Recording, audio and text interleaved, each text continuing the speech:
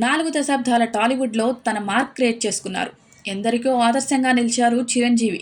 ఆస్తులు బాగానే కూడబెట్టారు. అయితే ఉన్న డబ్బును జాగ్రత్త చేసుకోవడంతో పాటు ఇతర వ్యాపారాల్లో పెట్టుబడి పెట్టారు.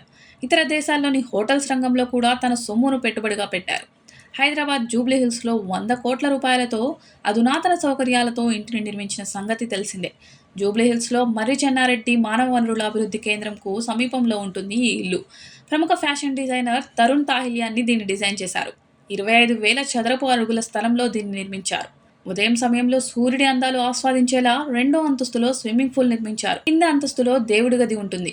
దీన్ని చాలా అందంగా తీర్చిదిద్దారు.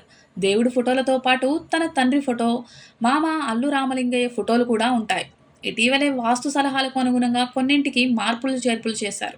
హైదరాబాద్లోనే కాకుండా బెంగళూరులో కూడా మరో అందమైన ఇంటిని చిరంజీవి నిర్మించారు. తన కుటుంబ సభ్యులతో కలిసి అప్పుడప్పుడు వెళ్ళొస్తూ ఉంటారు.